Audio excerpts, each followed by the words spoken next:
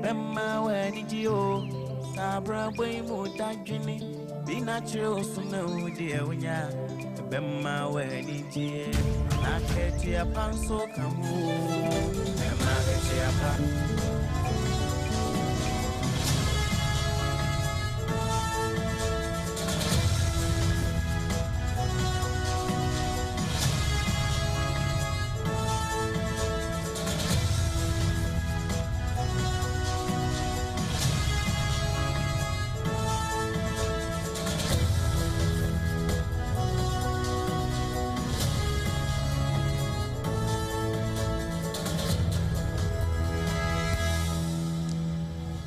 Yedumi no SOMPA fie ha de aboken pramatobra kase eno na midweek wukua dai ne braso se ye memfa mawo na wie ma remfio endpoint homeopathy clinic wono na de homeopathy ayaresa na so yasene se ye moso na Ghana de hye no ba bia SOMPA fidie duru bia wo mfa honhomata na adoma boa ma wo nkwa no wo matumi di de ame mofra no se de be na se wura ni bia nwu wo moto na ebe wie ne to no nkoye dame no eno nti na hia perfect baby diapers no perfect no eye sa PEFEKT we eye Ghana dia enti ana da ho atoso papa na ejeje mofra ne to so ma wo munya to a emfaso papa bi ewo mo Hajia special local foods anyu mre ni awie ni anopa nyina na ho ne yedidi firi enti awie wa boy abosoi me kanfo de amawo ya na wanu monsupa ensu ebe nom no kane na ne yese ye hwe nchen na neyi a yensu wansu ne nyina da na gota ne de e wo se ye hwe nchen pa na wo hwe nso ahwe se ya chiro CAS kasa natural mineral water ene papa no ye wo sachet mu de ye wo ntwanketom adantemo ni akese e na afi ye wo dispenser e no na ade okuru a sha ase a de frɛ ne cup no opa ensu onwuna ne wabu opa de ehye nso a na no nso wabu wo mu na aso ye mu e na kase no wo te ye nka Sabre ebia na won kran na afa SOMPA 106.5 FM eno ya akra de no a Watermelon Street ni so na wo nanso sabre ya anso no wona masante mamu a wo te kase kro no a 93.1 ehwe adabraka SOMPA no a na afi Adamfopa Radio France Abrochi mamu wono nso afa bia mama kro ne dom 100.7 wa fabio ama mani masase paso dom ahenkro je usu be ma ne dom wo mototo petia ekwa kosi Cote d'Ivoire no wonu me wo bona fam ho nyina ahenkro ne yesunyane alaji be kwa na abro sanuma SOMPA 98.9 eno na de demu a kopia hafo abra uchi moto 98.9 a wonsesa no ekwa akiri pa wonu me won kransa bona po yefam SOMPA 90.7 age ba bia na afi techima SOMPA no 106.1 wono nso afa na bia won fifiri mantamu na wutie frequency na ade atoso na 106.1 eho kingdom Mankesin de butu kene Sheben radio ye live also ena afi decoder so ba FM stations no wono eno nso benya yen SOMPA Accra 106.5 live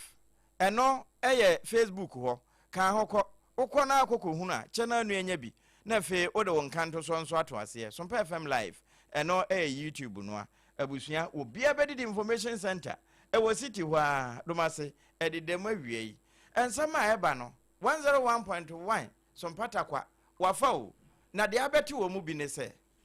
Awo sambia si ewo dwofo ye no ewo atwemanwa bia South Koponi mu ye kasa yi oroba ko wa yenyamedia Posi adwumako ni fe wasantimanta mu abamani achem so makwache nkrofo be se aduana 944 ya enumboni hudwa eno mu di ma university fo DAC ewo service no ye nam so ma ebikura ti nananom wonse edo no emaburu na palai na sabre wo post station no ejadam tututu ama police for bikura akọ interdiction I want some from one of Pharmaceutical Society of Ghana the abase 24-hour economy no wa aban no de abano wo mo so for so Onyanyafo Kofi Apalu ena kasa yi wo kiremu se agenda 111 wa aban ba ko no hyase no saban yi etwa so a anka beboa pa ene asampa na chip compounds na wo mo nso sesei enya ye adwuma o enti adehye no a na mobo abubuo no mommra magya ya hwe na wapanyi pa bia ba no mremi a wabiri mu so aba ba kasa chiro se Apostle Dr. Kwajosafo Kantanka wanya no ba bi ko ne wola ena no wada won kwaken kan ye wo court no nyade si pipo a kire nipa asafo no oni animu abusia anwanwasem bi esi anika na anijanso ni nyina NSS stem cell enhanced IVF wa empanimfo ede hyehye so enche yeyi wanu kiremu se maami bi a wanya finhia no aduosia mienu wama na wo emu ede na yebekwa asantema mu na ya asafo asante achem anafo ho we ayemfo no bia na wasesa nwumasua papa betimi akoso de a ene na ya adampa ene akade no aban emra wonsra ban mu sanso ana Ghana Education Services so bo amanya se ekabia na wamode senior high achechofo no ebie no ene nyame yadom wonu atua ne nyina de afi ho emra shebedwani madechia wonu makwara so abatom pesia so ne nyafo kinsiri nyako wototo sra omampani na fei asoya womo enomo hwe enwomasua ho sem so se enkabe ya ne mpesua so de ICT niema no womo hia bi pa aboa de hia abusua yebekwa amanone mampani Trump se womo ana kan ye osanka adwobre mra na so sesei adwobre anya adwuma ene nti baabi aduru no ene na eyojamom awie wakenkanfo ne ye baasa triple we man agyape APAM DADAA mene AKOSUA AGYEIWAA ABENA BADU ena ABENA BADU ADEPA Kofi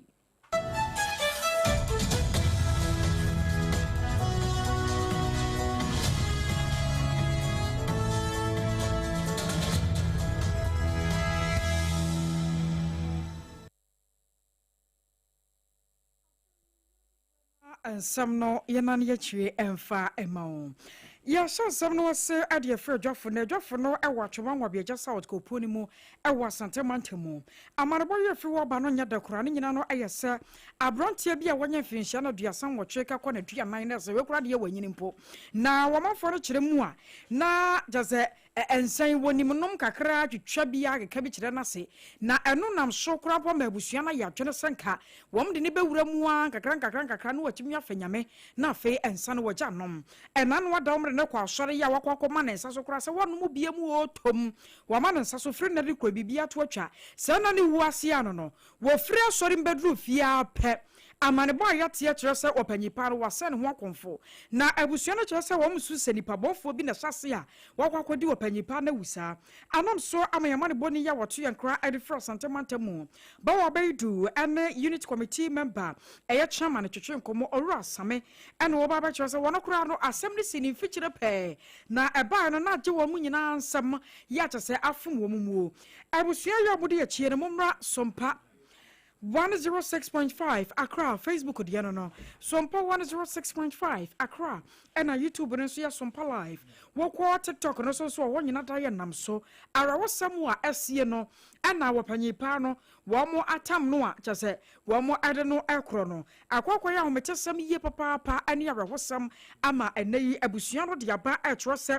wadi wo mo mpare toto mpare no a wo mo su se nipa bonfo bi ana di se wo nam so nti no aposifo mo nya hai na nipa wo de se awu ete se yi no wo mo nsa entumi nka no ebra no brother same wo ne yama ne boni bo wo bedu ehwetwe nkomo no ne nsɛmnie Mianzo me maame ye nkansa sofo maame nti wone no kɔ atɔre nti me maame se me beto no fie ho no ye family house se na me maame de na ekɔ asɔre ama wakɔma ne nsa so ama mo bompa ya ama no ne ade nti ofiri asɔre no ana yese one ne maame tika ese ko mu twom kɔ omu efie wo sapase police station na chiwo wankɔ ene osi ye site ho kwan ena odi na ni hwe ye dwafo ho no e fra no gawo junction banza sapase government school honum and son work for sapasi kron to see and no the first site of bar in yanity me kwa de man kofi etem nti ade achi Monday no ana me hu se wo nua no a obehwehwe no for site enso aba a wo mo pe no ale ya se wo be hu so no agesi no pan enso wo hwehwe no a wo hu no abusuafo no so si kwasiere na nwumre no anya den wa mafi bi ofuri asore na osi ko wa metu no fie ho enso so hu no nti Monday no na no mu chi ne pe no nti tapa ye hu no de se wasan no ho land bi e dam me fie na ene wo mo de na chi mango bi si so sa land ne de o mo nyansi ba blocks no mo twa ena mo de so nti efie mienu ntam na hye area ho nyina so fie ho ani patitim ba sa plot no nko na yensi ya mango ndua na esi so ase ama ho ye din kakra nti obi wo ye chi sa ho no mo ye bibia enye se kan o de be ye ti se wo do tra o plot no so a unnyim so obi wo na just worry ayara wasam wa asie awadwafo ye no watchman wa bia just south kropo ne mu na arawosam yi ba wa beidu na edebesumye ye fara hosam we na yanto ansam no so origina ye wansam foforo mu na santemantam ho a ene egusu a yebutuo amani afiri ho ba ne kiremu se omai posi adwuma ko ni fe no no wo ho no eye posi mu rampim asi adu me kire IGP wone ne mpanimfo ya wone mo hwa special operation team no aso no wanom adeniema kogu akwamu nyasam ketoa de ebi mu fra ne soup no wenya nkwan na emo posifo de ni bia wanom kiremu se ukọ emiaya bi wasante mantam ba bi te se medena new site afei buadi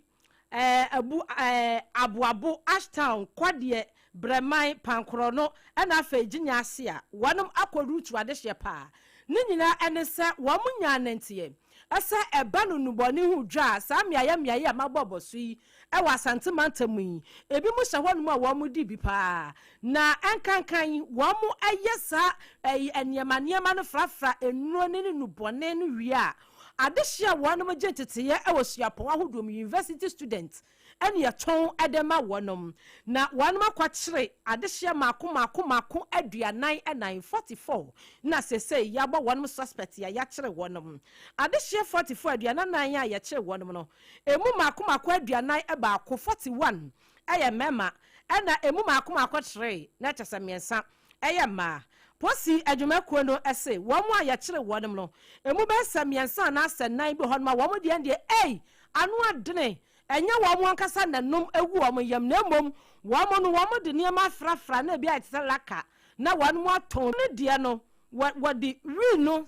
eye yan no eye tofe na waton no online wa target university students nso wo mu nim no ene wo mu nso nim wo mu enaja woton sa wi tofe no edema adehye no ewo eye abefontentan fidie no so ene owura ba ko a wono so waka ho a wode Frederick Agyei no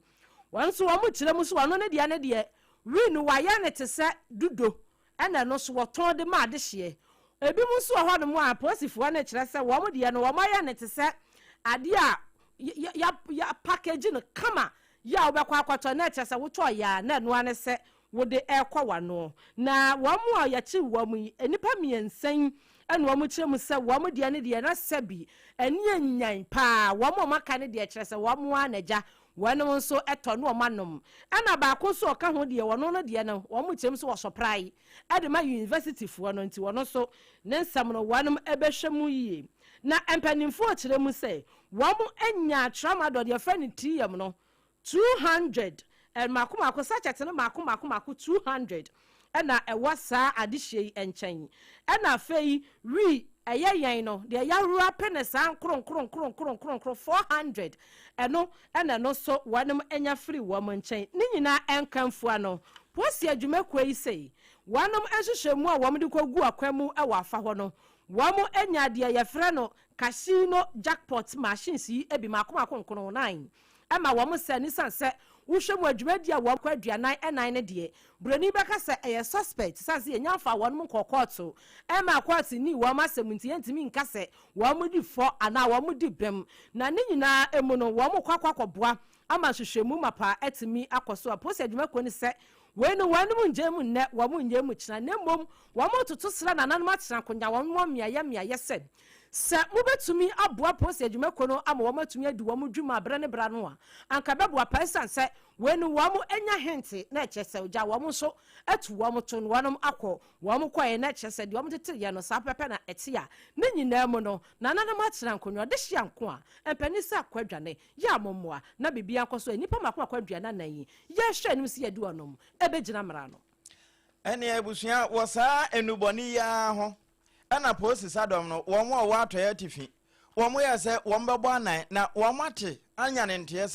se wisayira no abamu abi wo ho a ne dwumadi a wodi an no ene wono a provision store no woyo onya draft store enso kama ye say nura nka draft store for na beton no wo ma prescribe no wotonton bi e de mamabunu no nti saa hent no na police for ye say wo mbegina so na wo ma akwakoso pani ni panchi wo mokoduru ho mabuna wo sayira no say hene hanya de a wo mbetwen ama ya bechi wo mo de hye no de akoisan say wono a na etonton asichire ne gari de ma wo mo nkakra akra nti nya de a wo mbete ase ekɔwie no tututu ɔkɔ ema nipa mienu kura ti nananam won se do emum num de wo mu prepra tropa enye prawa na no na posi sadom ne de krata aba abonten che se sie ya no gusue no yewra IGP ni posi sadom no wo ma wo mo ho dendenden na wo mo hu ana wo mo de professionalism ne ye adwuma no police professional standard bureau for no wo mo na say yate wo mo gum se nhwemu mapa bia e wo sa tuo na ekɔ e wo se hwisayira no wono mo enhwehwem na se be ya na se enyo no emmabu na wo ho na ntena wo nto so police station e wo ho wo makotwa jatum ama sabira mekase jaddem anya asamketo na no ene yebusa se ye mabunu no ana se ye hia ne so se de asie de asam no se enya se ye twa ne fa bi na ye de aya danse esan se de esi ye no sabi se de wo mo si ye se wo mo nte ase a posifo etimi ede eho atuo kura akokasa ye no eho abufuo na bia akoso saa na wom se wo munya hu nipa kropotia odi sa adwuma no anhwemu gu so ekoso ne no ena posifo de krata aba ya wei penia wono okọ Western North ho a wo staff officer edema Western North Regional Command no ena wogina public affairs for no wo manamu na kratai wo sane mai bai na wono mo se saa posifo no kura na wo mo nsa wo mu bie anase no wo bo duty sabre no be se nwotwe asem we hu no kura ya twe wo masensen se wo mo ntana ncha yansa e ma nhwemu mapa entime enkoso e wo mu se DSP Humphrey di Amwa ya wo staff officer Western North Police Regional Command ho no aboso che se enhwemu ne de egusu koso na emu mienu no nso a wo muti nananom wonse de no wo mabo ana e de akwakɔhye mukurabia e wo sehwe asafo Roman Kareke aya asabia ho ya enhwemu no nso koso se wisa ira no se sie de jo abaho na wo mukoto asere nananom ahemfo wo no meka bi ewom e wo mpotam wo mommoa se de beye na asundwie ebetimi akoso a na adi hene wo mpotam ho.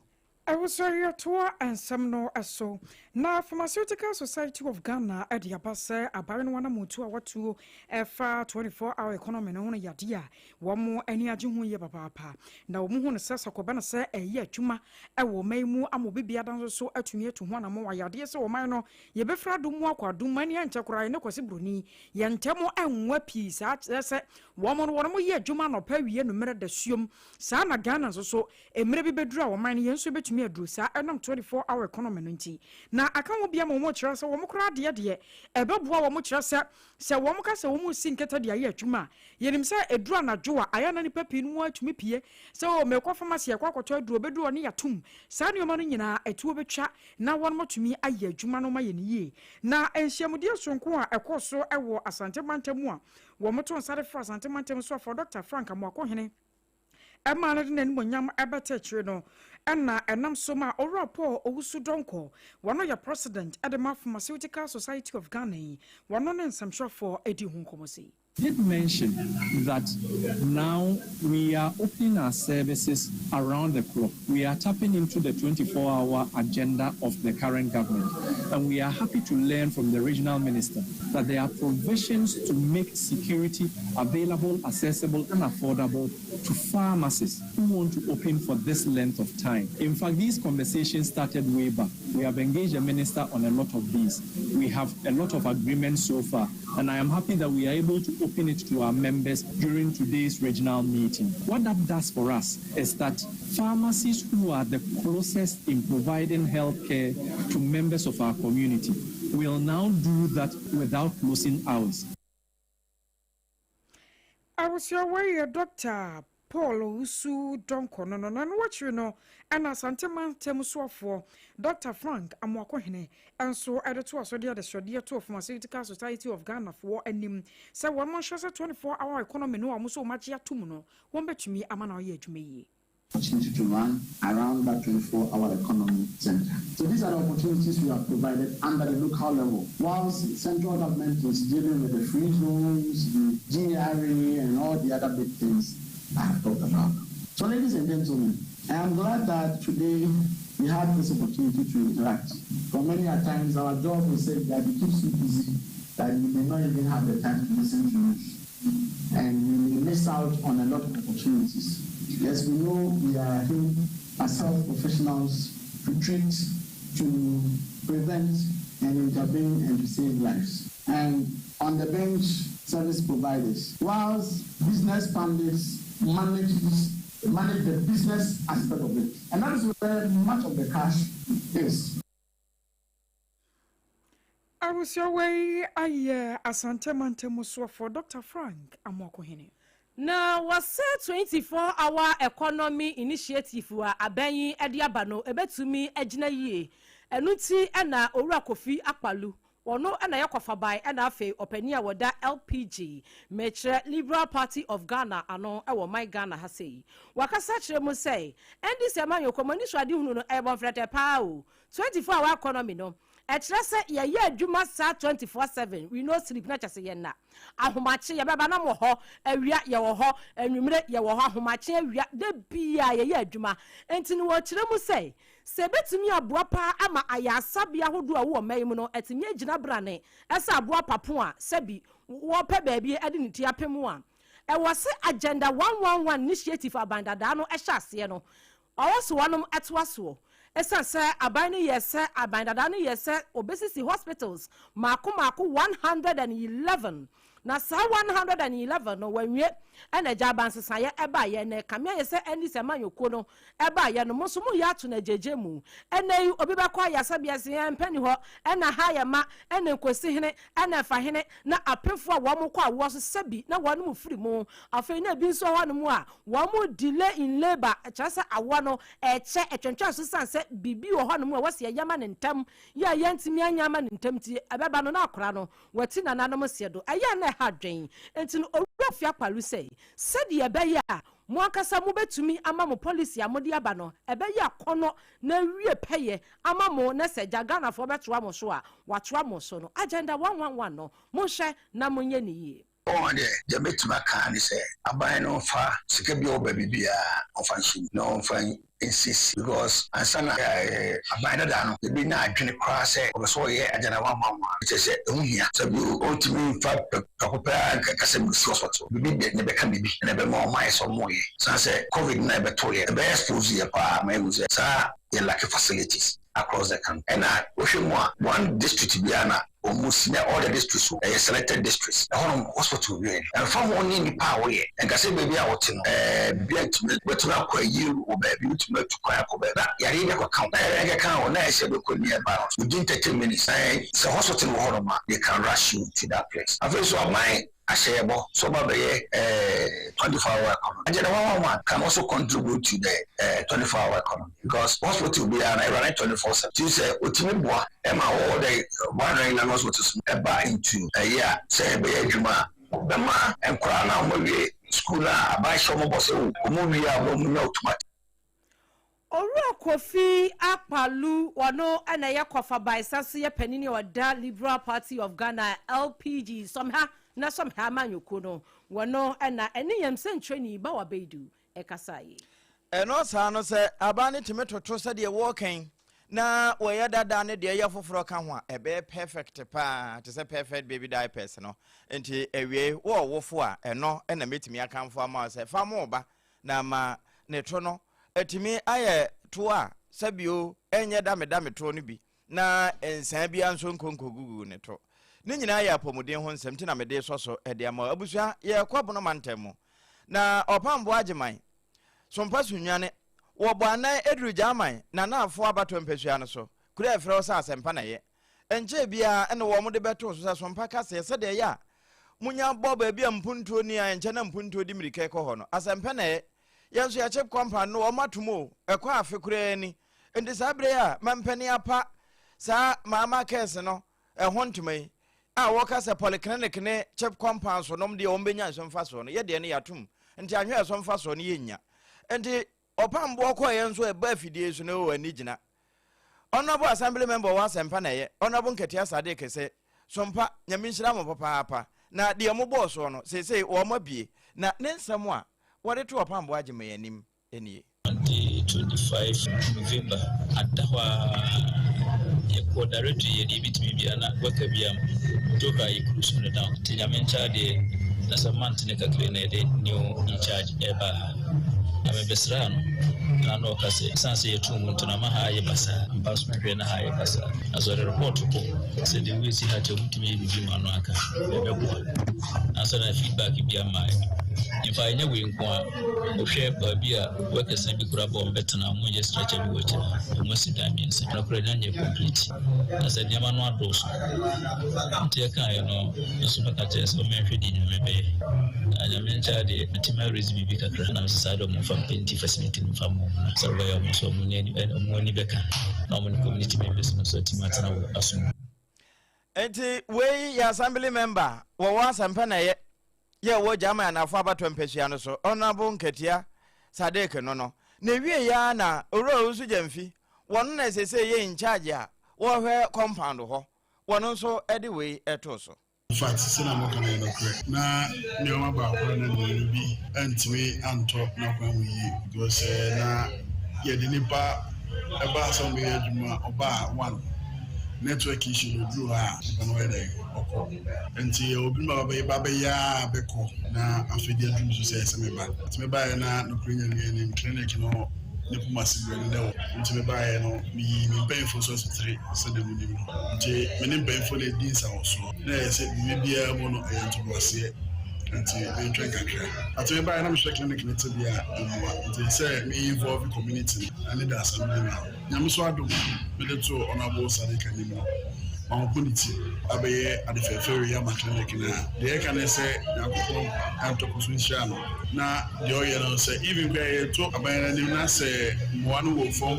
na ebetimi aba ele to omani mi se no want me bua especially the Honorable na ho de wotimi ma sa adefefere ya ba ko ya de ka na say nshia na de oye bia onye no hunye na ya nshebo ebe gba so de ama omani and the finance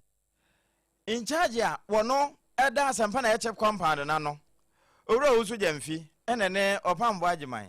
edi sankomo yi e wo sompa kase so na ke nimsa yenua ba ma wo frimu Yewra Charles ayada de lumba ya onya na ba bi ekoyen nanka ni watching sansam a esode ye na abaje ntre ha awo ma gane mu no nkaja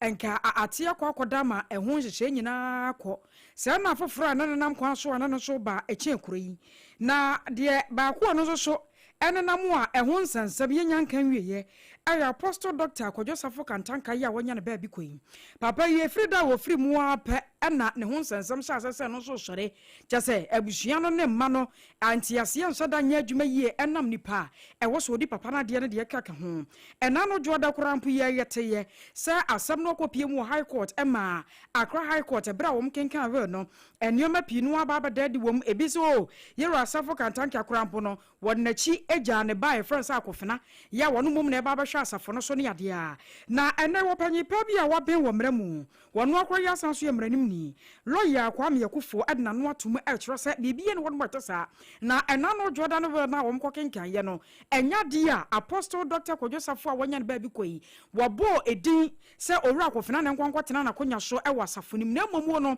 wo hwɛ mu a asafo no ankasa no wɔn amamra wɔn de yɛ adwuma na abra papa no di kan bɔ ne din bire di kan ya ɛno bɛgye nkyene ha wɔn ma gane mu no saa bere no munya nsesa saa amamra no enti akyire yi a papa no sesa na no na amamra no wɔn ma sesa no ayɛ nneɛma awodoɔ pii no awɔ mtiɛ no na we no papa no di kan ya to wɔdada enti so obi ko gyina baabi no wɔka sɛ o we no mkɔ kenkan ya no kora no na akɔfena din ne wɔ mu a bibia sɛ no wɔn mu a ɛte saa na ɛbra owura Kwame Akufo wɔ kasa no na nsɛm ɔde to dwa bi ni.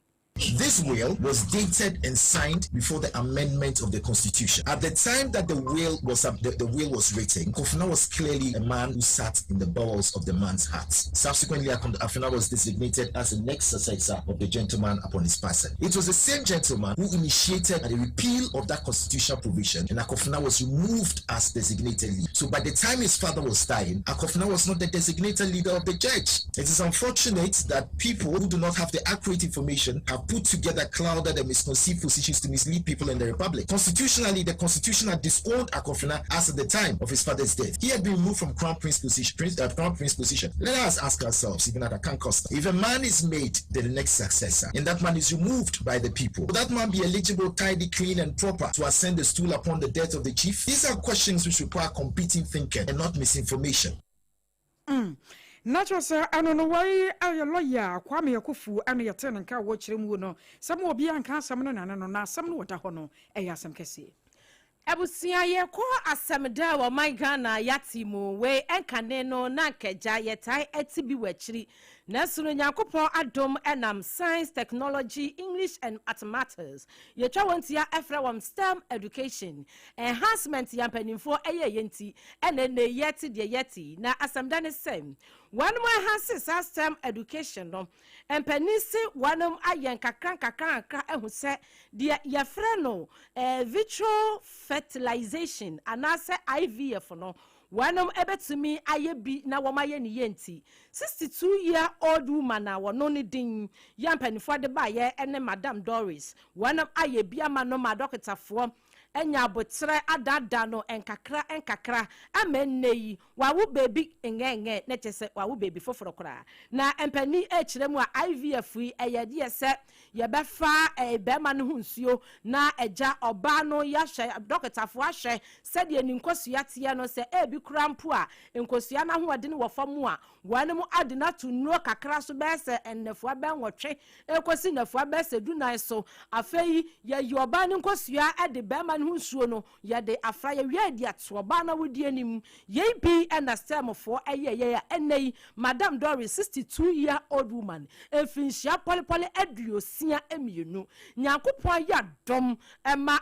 IVF wa stem wamo eye ma no eso abanfa so papa enei ewo Mary Lucy Hospital eho ena adokotafo akentina wamo madwuma bobbe Dr. Davis ena fe Dr. Asamoah wanam eboa ye eji na wona ne nyina mu no mpanimfo se ye ne cesarean section na se ye ne CS ena wanya ne baby ngengen opani a wono esiwo edema Mary Lucy Hospital Ora Charles Osafo Boaten wone ensemtrofo ekasai. We celebrate not only the launch of a beautiful baby, but also a story, resilience, and the blessing that can come through faith, determination, and advance in reproductive technology. We extend our heartfelt congratulations to the proud mother on this wonderful gift of God. Her journey reminds us that every path to parenthood is unique, and today we rejoice with her and her family as they celebrate this precious new life. We also recognize the dedication and professionalism of the medical team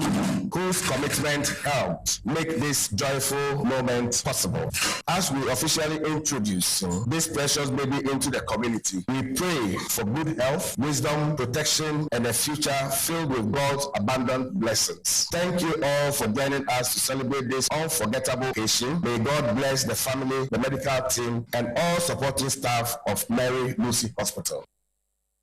Openia wakasa ye openia no esi wo ya wada Mary Lucy Hospital ano ewo enkran ha sei Ora Charles Osafo Boaten nenka ene ete no eno achi no medical doctor ya waka adokitafo a wo madwuma bo behun bia wanum ye cesarean section ye ema Madam Doris menei efinhia aduosia emienu wanya baby ato ne naso yi Dr. Davis Kofi Adaze wono so ene semtrofo eche ni jinsemi. And so we said, okay, we're going to give you appointments. We come in, we'll be monitoring. Okay, nurses will go to the house and check on her. So no single admission. She wasn't in hospital. Blood pressure, perfect. Sugars were checking routinely and everything just worked. It was amazing to us as well because the rejuvenation was so, it was so successful. And even then we decided, when do we, everything being so well, God being so good, when do we take the baby out? We said, okay, 34 weeks, we'll take the baby out. That's premature, but because of the age, all that we don't want her to go full time. But things went on so well, so perfect. In fact, better than the antenatal, the feedback we're getting from the midwife. So then we said, okay, then we take it from 34 weeks, 1 week at a time. So we went to 35 weeks. Then we said, okay, now she should come into hospital until the cell. No, she was still working. Of course, but then she took our advice. So she came to the hospital, but even from the hospital, she would go and work and then come back. She's so strong, so physically. So when it got to 30, we told her 37 weeks is term. So term is no more preterm. We'll take the baby out, whatever. So she said, oh, why don't we wait till her birthday, which is today, so we take the baby out and then her baby. We said, mother, why not the baby can make it? Your womb has had 2 major surgeries, fibroid surgery. It's a very battered womb. Yes, the rejuvenation has. Dr. Davis Kofi Adize wano eka adokotafobia wanom eya dom ema nyankopon bo a womo ema omo ye Madam Doris CSNA wanya baby ngenge baby girl beautiful baby girl atone naso enono enwachi ne yesem training opon checheku ene Madam Doris enei wanya finhia no aduosia emienu na waye maame foforo kra yeah yes time for adawroma eche ni gisem say for you guys that do not believe, for you guys that do not believe, you gave me an demo on the 2nd July and I am 7th July, and so it's a memorable package. And indeed, today I'm 62 years. For you guys who don't believe, my bump will be shown to you. My consultancy, as Dr. Samuel is coming, my baby and all that, my antenatal will be shown. I don't feel ashamed at all, because this is the doing of the Lord. And the vessels, Dr. Samuel, Dr. Davis, and all the nurses and medical care, the pharmacists, everybody that allowed him or herself to be used as a vessel. And my spiritual father, Prophet Bernard de Graaf, used as a vessel to let me have this baby. And for women who are earning, who are so desperate, who are crying, please don't sleep and don't give up. If you agree with me, I will say this is the best medical facility to come by. Obi Amrabi, Entino Madam Doris Finchiano Ediosia Mionu, what was it? This is the doing of the Lord, and it's marvelous in our sight. This is the hand of Yahweh, and Wakana Yaniji Samonkwa, and one Yansam training and not appointed Cheku, a chance me, and Tinyaku Padum, if Finchiadio Mienu, still Madame, my Hansi IVF, one more program, no, and a Yamena Monsua, NA, oh baby girl, bouncy baby girl. Nyame enimade nyina wo ye ne nebre mu pepepe won sabra wo ye na so na sompa ebo perfect baby da pese ho amane ye se obi ampe bi enti ma do de sanum perfect no ena ebebo akoda no ama obenya to asem bia ni ho na da chen so mfa so ebeba sa to no ho abusua ye wura so na manyoku wono maboboa no eja wo ba bedura no adechie nyame de che amemene da na wonom oyuo begina wansanso begina ehwo na yebehu de owe abre wankunuma na se 2028 wonom betimi na woma benga na akonwa no ho a sa abato we eno nso beka bi pa na yewura kwadwo oponkoro mofo asa yerebi mra hye bedwani wode ensem bi nam na wo so we de ya desre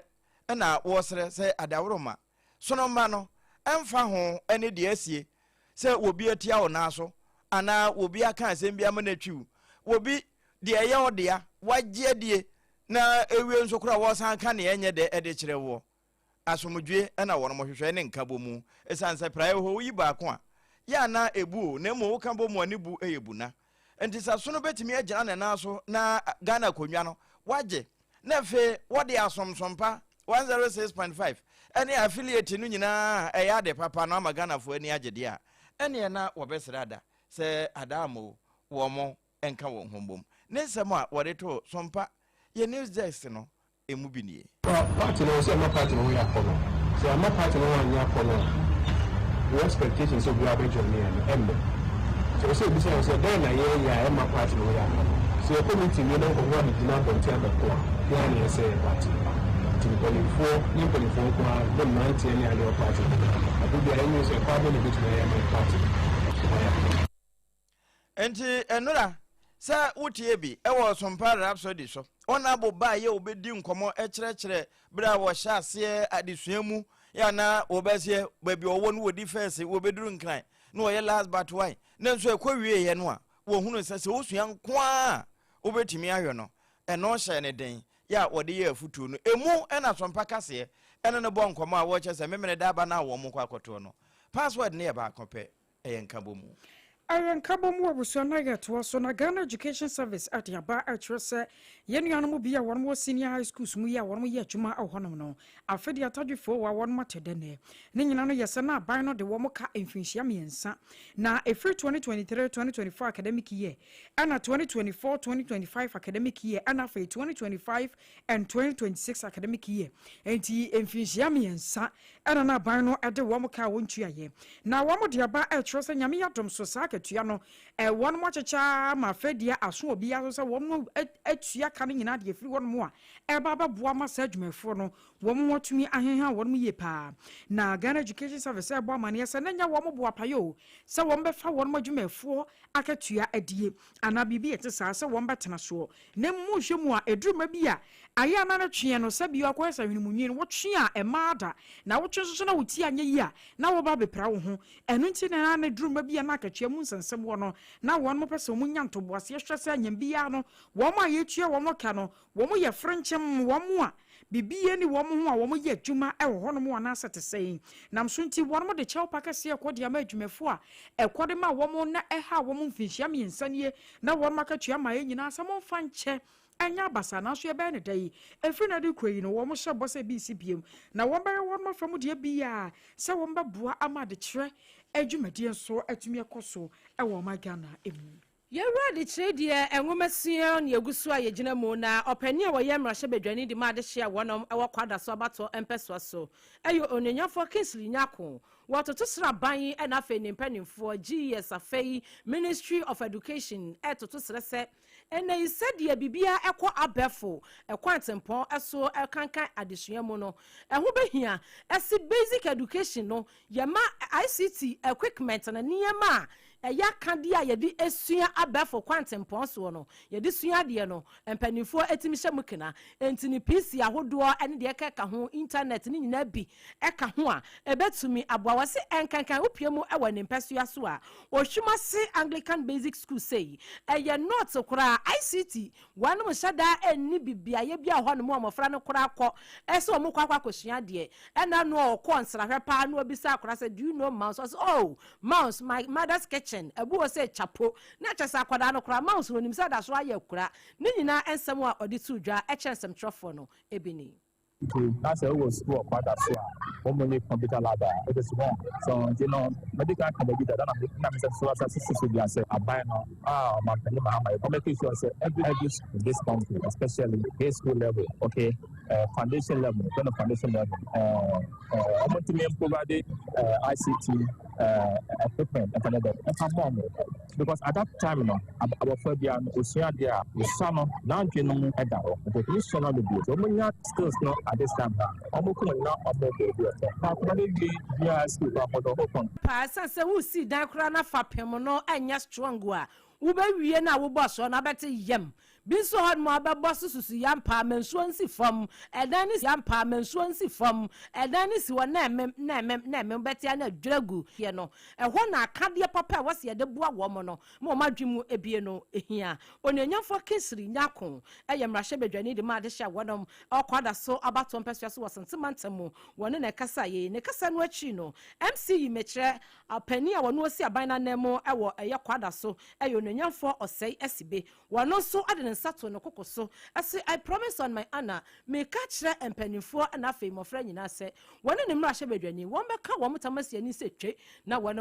entem say so woni wo pintem onye fire on be hu ni say ani ebetimi are tade progress awo when claim no therefore obi on ni MP nye fire bia no make sure so ka kire ni say bibi obe bia on ni MP nye me de bia be we no me so be ka sa asem na kire me because we was dream no de that say input obi abeba na unity where there is no unity there is no say improvement and I say input to people abrabum therefore me de me won say from the onset na no me ni nua ahye bibi ase na bibi wo kra na me hia wa kra bi ntimi kwa I call on him say ono so betimi akọno wakwa resade no kwa I call on him say ono so betimi akọno wakwa resade no e de amai eti unity na ye kan nyina shortcut ye was various projects nyina no me ni me no nyina ade ko bankaza me MC ya me and ono so ye MP or MP me yin asin chen ma ye be da nyina tu nwa na eti me de se mo busa unity no de ye be koso ama akoso se ne akwada so man e betimi afa na to papa Empenifo mienu a wanum kasa ye mechire MP ononyamfo kinsiri nyakon kwada so MP no na afei ne MCE ononyamfo osei SB ekasa na ye dwumadie bi a ekoso wo mpeswa so a na empenifo aka wo mutamasi ani na wanum kire mu se computer lab no ewo potam ho ye suku a me boss wo no ohwumase Anglican Basic School ho no na enya tete apansamti wanum ekosiesie ye opani a wo no okasa edema school no tibre kese ya wodano eye Madam Abigail Mensa wono so one empanifo ekasai edase eche nani so sei ansa wo school na e pro anyini aso na be she pro mfinfo enti ama coaches na ye outdoors so titi na go school no so no fence bi eni wo bambo bi eni school no apart from say your corner ye be lock your doors ni your windows enti ema obia etimi bam abribia wo pe bia be ye de wo pe so wo school na wo environment ni kwa edi adanse say aha say kwa ye clear example you painting young comrade no your tiles and cloud and the aboa hwehwe so amana papa enti no na say ye wa hakra na ebu wo class kra na obi asabe owo adwumo ha kwatini be pie wo so prekope wani ma won so no gina won nkla no so obi atimi ram enti ye security wise na nkasa no we are not safe na finish so no ye niema obu a wo mra minute obu o person force ura classroom ko ye bibi o nti ye windows wo mra na ate credo na obi a try said your wedding o book credo no te no na ye de to MC ye nim se ke pa o mo acho ni em honorable case ni nyako ye de to na nim se ke pa o mo acho ade fefam boy ma ye ni so enti no die madam yibubo so nyina na tete omo hia fencing fesu a omo de be fesu ku ne ho na kire se aboa ama bibia akoso Madam Abigail Mensa wono ene kasa edema tibre kese mekire headmistress ya wono da ohumase Anglican Basic School ano ene okasa yeyi ensem ni nyina no yensem trainee Kwame Alex Redu ene kutire somye asante mamu ehwa na abusuan yegina na yenwomasua kro na nso mu ne yegina na mom asante achem na na afo ho ene yekọ mede okọ ya asafo enya na ya asafo a yene ne wo fie ha some passports no na mom kro no ye fre ho ya asafo wo hina wo ho ye na ayere bibu atendede ya wotoso miensa na se enwomasua ye ka sesi ye ho kwada asofo di wo hwa ho sabrosan pa we de krompe nanso wo mo ho na ye ya asafo no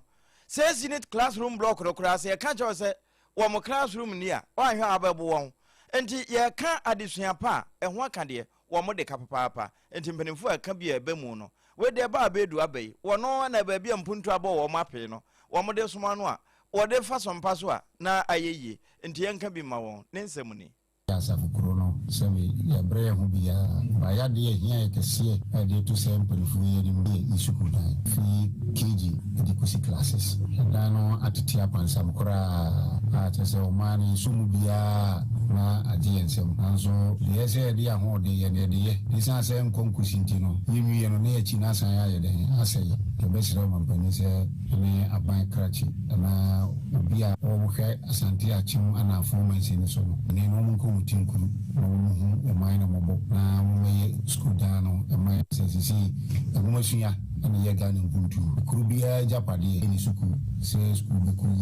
kuru yamata edane nya tiritiri ni bana dane nya ba okwa wonsama bi na kwara nsumu na ukaso nkusku awonko emuna ye kwara no sori kusku ano atire se ene nsuo metu ni nyina ya de biya e man kwara no kon school no ke besre omampani ene na panfo se omontwu mani santi atemi asafu na usuku dano ye ka chiri usuku dano eno ye nana ayire bi buaten deda wotoso miensa wonna ye ohina wo ya asafo e wo asante achem na na afo abato mpesua nso asante mamu na abusua Endpoint Homeopathy Clinic ese menkoso ana menkancho se enkwa ekwan no so opese wo de ne yetenten de afa ho bata won na wo momfa homeopathy ayaresa no emfa mawo spenters kwan so e won kran ha ya ana kronoma bo hia asante mamu yare bia wo mo wano aduro na mo wo mo nuro ne nyenure wo monten so akọ pharmaceutical shops no ene over the counter benya bia toto enti ana akọ wo mabobo no na Dr. Kwaten on Dr. Dubuaten wo maboa ho na ye wo lab technologist enye technician for na technician for na gentete wo technologist for no wo munsem enti kona physiotherapy na asa massage ene emu biribiara efa apomuden ho no wo mo nyema ye ma wo nnura na se bi etopa ye ana ye awe kura odi nsuo ne bepia no nsuo no ewo sa ye nsupa kasa na kire mineral water ene ne nsuo a metimi kasa ho pa esan se wo hwe nsuo nani a etese nsuo a ye hye ne buru fe kuraje ena nsuo a ye ka je se ye colorless nsuo bi ho wo no mo kura pampan wa akire nenso kasa no ntesa eno nti na mekamfo ma wo ye wo sachet mu de ye ukura kwenza benya bi ato ne bo nso efo papa titru bia wo mo yo no afi wo ya yefro adwabo bia ye benu mu nso wase no mekamfo kasa no mamo ensore mo nyi dispenser ne bi eno na openso onwuna utimi bu openso hia eno nso betimi abu offices eno ene bebo amo sesi ya mekese ento ano ye wonketwa ye wadantemu ne akese 0206 469 430 wo ma homa no ya na wahwehwe yen e wo Taifa nkran back hospital echipe eho ne yebutu na yebo adwumaso no na wanya ne sei no onua perfect baby diapers ne de mekoso akamfo ama enkoda no wo mo da achenti enkoda asabio wo mbetimi amu wo mo etampapa ya na wo mo mfa wo moto ni agros anya agya na basa sabio ebewie na bo kora na so nanso se ogege no so ye ekura ne to no na nsanwura ne bia nhu na eto ne ye kama wonso obo ade ahyeda abo edi asie baabi nti ansa na ebebie so no aye de bo anu eden ene kobie ene nti o de perfect baby diapers ne bo ba enya de abro bi egu no na rashes nom ne ahwa bi anye no ya no wahye ne nso de ma eye mede ne se we nso nya de elikini bia nti wobetime de amoba ede na kọ gym nyina ba hwensi nti ya no wahye ne nso sa 053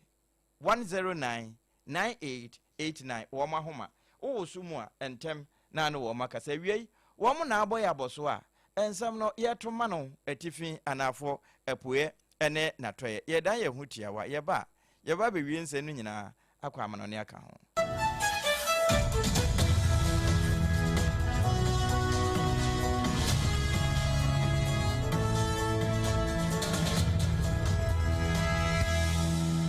21st clinic aye sciatica expert sciatica no o nerves na wo to ase na fa wo siremu na fa wo nansia besi ase ho no se ho techema eno ene ye fa ne sciatica na etimi bubu o to ase ka wo se dwe wo siremu wo je ho ba bi a enye na eno na 21st clinic ba ye adwuma pa wo mu ye nti abaso bo ma je ne wo Ghana ha ene amono ne enya asem ketewa wo mu je international awards ahodo wo mu je local awards ahodo na anu nso na wo mu bie the only sciatica research and treatment center in Africa bibrim ha no ebi ni ba bi a je 21st clinic nkwa wo mu de bibiduro ene besa o yare no masa de machine aka ho eya yare sabia yare bia wutimi de ko ne mama ade ba ko a wo magidi wo mu pa no eye sciatica ena stroke nso de kwa diabetes ne hypertension ne ade Ghana ha ba bia wo mu ho enkran ha se ye wo Tantra Hill runabout se wo free enkran eba ye wo wonsa ni fa so wo fra masaman so na eba nso a wonsa bonkum so e ho na wo behu ye 0540 311 311 0540 311 311 There's a 21st clinic. Still, woman is sciatica expert.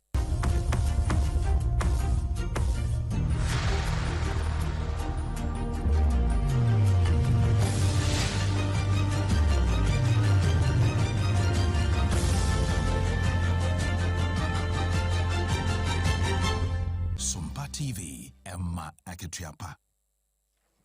Enokre Emma Akituapa ampa abusia. Ma yenkwa wie nsem ne nyina wa amanone yekwa US abrochimamu mampani Donald Trump aboboa no enche bia ena wo mompanimfo de beto so se sa Israel ene Iran ne America fo ntokwa no wo mompanimfo amane na wo si akire eye de wo yenti no wonyai na o ma ceasefire amra nche sa asundwe o ma adwobre mra enti wo je akire dia ekwa wie na se topa ye no Iran for so toto eko sabio baby omo military bases ewo ama na no kura wo mo kata yitole echi no de wo mo mane ye na enya asamoketo na no na mampani Donald Trump say ekura se waka o wonwe wono a na ka ceasefire an ejanka wo mo ceasefire na so babia ekeka kwedie ceasefire hwan no enya de wo mbe ceasefire bia na we nyina eja wo bobo no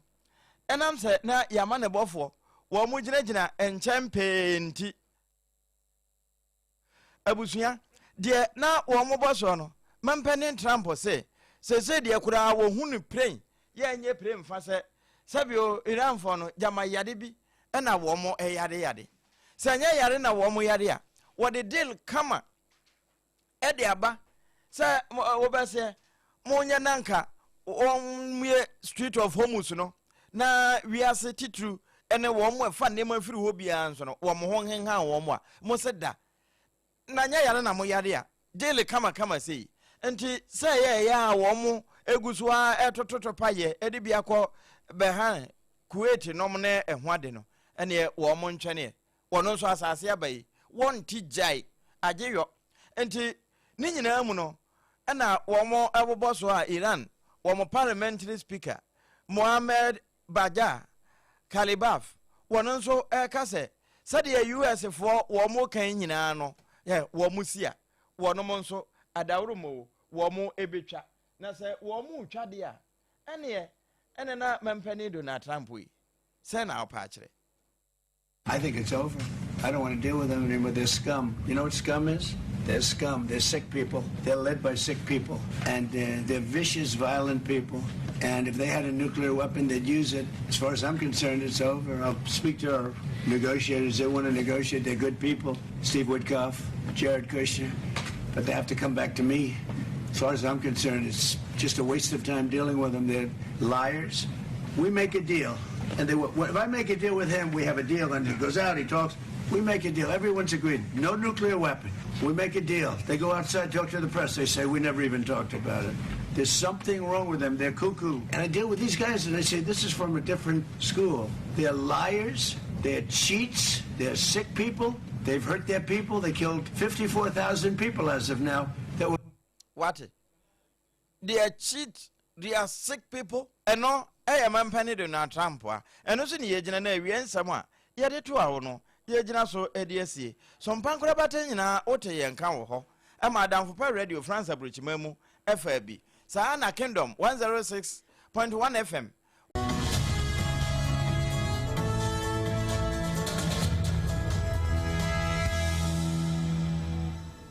21st clinic aye sciatica expert sciatica no wo nerves na wo to ase na fa wo siremu na fa wo nansia besi ase ho no se ho techema eno ene efa ne sciatica na etimi bubu wo to ase ka wo se dwe wo sirem wo je ho ba bi a enye na eno na 21st clinic ba ye adwuma pa wo mu ye ntia baso bo ma je ne wo Ghana ha ene amono ne enya asem ketua wo mu je international awards ahodo wo mu je local awards ahodo na anu nso na wo mu bie the only sciatica research and treatment center in Africa bibrim ha no ebi ni ba bi a 21st clinic nkwa wo mu de bibidro ene besa o yare no masa de machine aka ho yare sabia yare bia wutimi de ko ne mama de ba ko a wo magidi wo mu pa no sciatica ena stroke nso de kwa diabetes ne hypertension ne ade Ghana ha ba bia wo mu ho enkran ha sese ye wo Tantra Hill runabout se wo free enkran ba ye wo wonsa ni fa so wo fra masaman so na eba nso a wonsa bonkum so ho na wo behu ye 0540 311 311 0540 311 311. There's a 21st clinic. Still, woman is sciatica expert. In the stillness of the morning,